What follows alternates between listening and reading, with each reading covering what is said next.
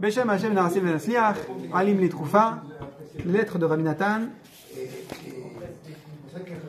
Et on va essayer de faire un mini catalogue. Comme si ici Rabbi Nathan, il allait nous dire, de même que Pinchas, puisqu'on est à Parashat Pinchas, on va taper dans la lettre 144, Kufmem Dalet, et 393, Shin Tzadé Gimel, écrite toutes les deux à Parashat Pinchas. C'est qui Monsieur Pinchas? C'est lui qui a pris un enseignement, il a bien compris, il est allé revérifier avec le Rav, avec Moshe Rabbeinu. Est-ce que j'ai bien compris? Est-ce que si je vois une telle situation de débauche, alors normalement il faut qu'il y ait un intervenant spécial qui aille et qui arrête l'hémorragie. Moshe Rabbeinu lui répond, puisque c'est toi qui as lu cet enseignement, joins le geste à la parole, à toi de le faire. Donc Moshe Rabbeinu lui dit, vas-y. Donc ça c'est un exemple magistral d'un bon élève. Malgré il sait très bien qu'il a compris l'enseignement, avant de le mettre en pratique, il retourne voir le Rav pour demander confirmation, pour demander validation. Est-ce que j'y vais? Aujourd'hui, il y a deux sortes de juifs. Et Alva est que chaque jour, on arrive à valider qu'on est dans la bonne sorte de juif. Il y a des juifs qui restent dans leur coin et qui ne posent pas de questions à leur Rav,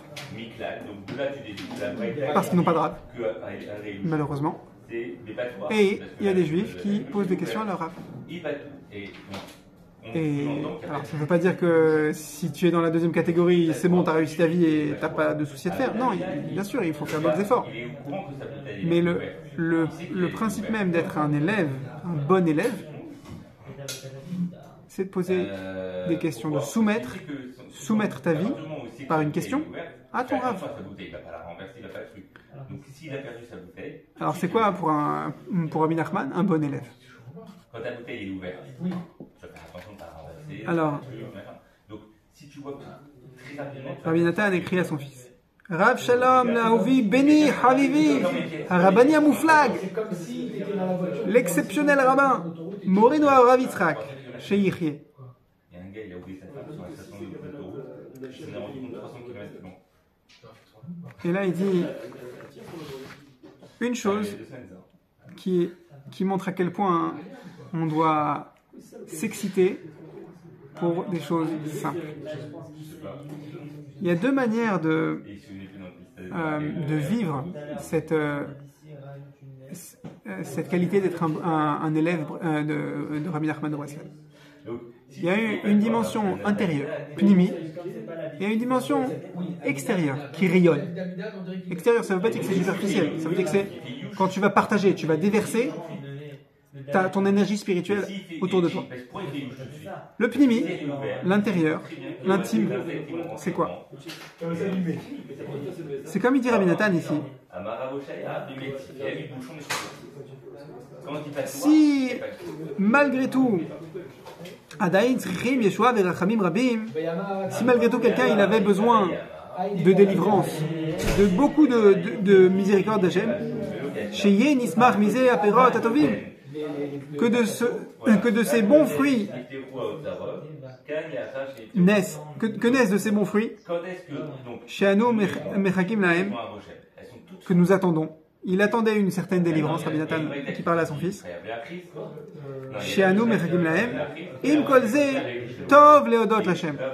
Malgré que tu es en galère et que tu attends la dépanneuse. Ouais, le bonhomme il a vendu sa maison. Il n'a pas vendu sa maison et il a déjà acheté la prochaine. Il est comme ça, il est écartelé entre l'achat et la vente de biens immobiliers. Il est dans une situation impossible, en galère, le sol s'est effondré sous ses pieds. Donc il attend une Yeshua. Et il me colze, Tov leodot Lashem, alatralat hitnotzetzut smichat keren Yeshua be'esek kazé. Alors c'est quoi cette longue phrase? Malgré tout, il est bon, Tov Léodot l'Hachem, il est bon de remercier Hachem. Quand il est bon Tov Léodot, ça ne veut pas dire tiens, j'ai un parfum, il est bon pour toi, ça te va bien. C'est pas ça Tov Léodot. Tov, c'est que c'est quelque chose de vital. C'est quelque chose qui te colle à la peau, qui te va bien. Dans le sens, comme la pièce du puzzle, elle va bien dans cette place. Parce que c'est la seule qui va dans cette place. C'est ça, Tov. En Tov et la Torah, en Tov et la Tzadik. C'est deux enseignements qu'on retrouve dans Rabbeinu. À part que Tov Léodot l'Hachem, c'est bien sûr le Tehillim 92. Dans le Shabbat. C'est bien de remercier à Hachem, déjà de remercier, de louer Hachem, Tov Léodot l'Hachem, de reconnaître Hachem. À la Tralat Itzodetzut, sur le début du scintillement de cette croissance, c'est que quelque chose qui est naissant, un bourgeon de rayons. Tu as vu tout la paraphrase qu'il fait, de rayons de délivrance dans ta situation. Ça veut dire que la dépanneuse, elle n'est pas arrivée. La banque, elle ne t'a pas encore appelé pour dire c'est bon, on vous valide le prêt pour acheter votre futur bien que vous vous êtes déjà engagé à payer. Donc vous êtes dans le rouge de 2 millions d'euros pour acheter le prochain bâtiment pour votre entreprise. Et oui, vous allez avoir des agios comme ça pour couvrir les 2 jours où vous étiez dans le rouge. Donc on ne sait pas si ce sera 2 jours ou 2 semaines. Mais bon, on aura une réponse pour vous. Ah, merci Hachem. Je ne sais pas si la réponse elle est positive.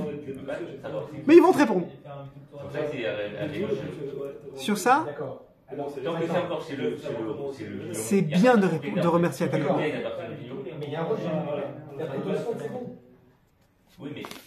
Dans nos mots, pour on va dire faire notre catalogue de c'est quoi un Breslev pour les nuls. L'essentiel de là où tu dois mettre l'accent dans ta vie, là où tu dois mettre ton excitation intérieure, pnimi, intime, c'est pas bon, bah merci quand même Hachem que tu vas peut-être m'envoyer une délivrance. C'est pas comme ça qu'on vit Breslever. C'est comment alors? C'est merci Hachem, ça me remplit, ça rayonne en moi de te remercier sur le début de démarrage de petite délivrance que je vois poindre à l'horizon. Tu vas me dire, bah c'est bien, tu t'excites pour rien. Si tu remercies sur la délivrance que tu n'as pas encore eu. Tu remercies pas sur quelque chose que tu n'as pas encore eu. Tu t'efforces avec ta longue vue, avec. C'est peut-être une preuve d'Emouna. Merci Hachem de. Tu t'efforces de détecter la délivrance qui arrive devant toi. Merci Hachem pour le fait que dans une semaine je sors de mes dettes alors que t'es endetté comme alors, ça. Quoi. Ok, alors très bien. Ce n'est pas une incantation. Ça ressemble, tu vas me dire, normalement, c'est quoi le danger? Depuis le temps qu'on étudie. C'est quoi le danger? C'est que dans une semaine, t'es passé avec tes dettes, tu vas le Très bien, voilà. On va dénoncer le problème. On va aller au fond du truc. On a beaucoup étudié Ravarouche ensemble depuis quelques années. Qu'est-ce que c'est le danger? Je te réponds. J'ai pas fini mon truc. D'accord. On a étudié depuis des années les livres de Ravarouche, les enseignements que Ravarouche y met à jour. Et depuis quelques années, Ravarouche il a insisté sur un enseignement qui s'appelle Chok HaToda, la loi du remerciement. Et là-dedans, Ravarouche il dit, quand tu as une galère, ou un manque, un besoin, il te conseille, remercie que tu as tel manque. Puisqu'on a pris un exemple financier, un bonhomme, il lui manque pour survivre dans son entreprise avec les 100 emplois qu'il génère, qu'il maintient, il lui manque 2 millions d'euros pour racheter le nouveau bâtiment de sa boîte. Et Alors, qu'est-ce qu'il doit faire? Rav Arush lui dit, remercie qui te manque 2 millions d'euros. Rav Arush, il a été dans cette situation avec sa yeshiva. Il a trouvé le nouveau bâtiment de sa yeshiva, dans lequel il allait déménager. Il a signé le contrat d'engagement pour acheter le nouveau bâtiment. Il a trouvé l'acheteur pour vendre son ancien bâtiment. Et au moment où il était déjà engagé, pieds et poings liés pour payer les 99% de la somme du nouveau bâtiment, l'acheteur pour le bâtiment précédent qu'il quittait s'est désisté.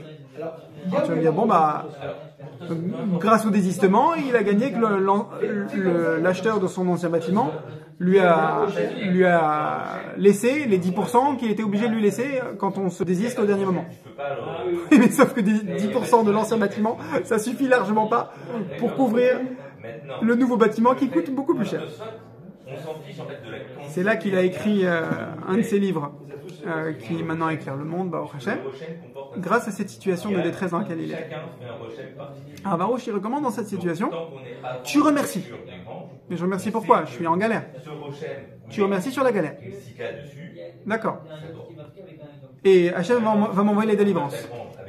Oui, mais s'il te plaît, ne crois pas, ne te comporte pas comme si ce remerciement du bout des lèvres était une incantation qui allait faire apparaître la délivrance. Ok? Ce n'est pas une incantation. C'est pas comme la fameuse blague. Excuse-moi, on n'a pas fait de blague ce soir. J'en ai une. J'en ai deux. Comment est-ce qu'on appelle un ascenseur en chinois, en mandarin? Quoi, tu parles pas mandarin? Allez, un mot quand même. Comment on appelle un ascenseur en mandarin? Voilà, je te donne un indice. Comment on appelle un ascenseur en swahili? En appuyant sur le bouton, monsieur. Je ne sais pas comment on dit ascenseur, mais je sais l'appeler. Donc, ce n'est pas un bouton d'ascenseur. Je vais appuyer dessus et je vais faire un exercice extérieur, chitsoni.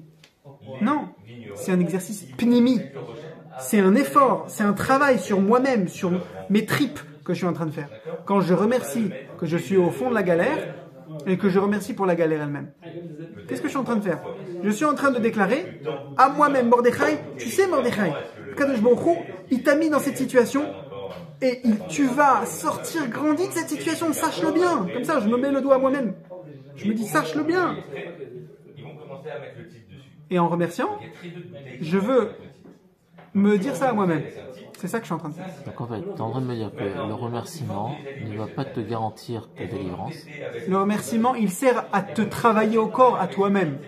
Et quand tu te travailles au corps à toi-même, Akadosh Baruch Hu dit, mais qu'est-ce que je peux demander de plus à cet être humain-là?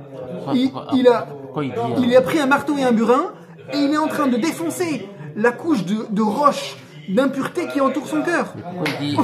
Magnifique. C'est bon, il n'y a plus besoin de lui mettre la pression à ce bonhomme. Il a fait des livres sur j'ai remercié, j'étais pour qu'on apprenne qu'est-ce que c'est quelqu'un qui remercie de la bonne manière. Pas pour que tu planes en lisant une histoire et que tu dises bon bah moi aussi je vais remercier et je vais être délivré. Non, moi aussi je vais remercier de la bonne manière. La bonne manière, c'est en te travaillant au corps.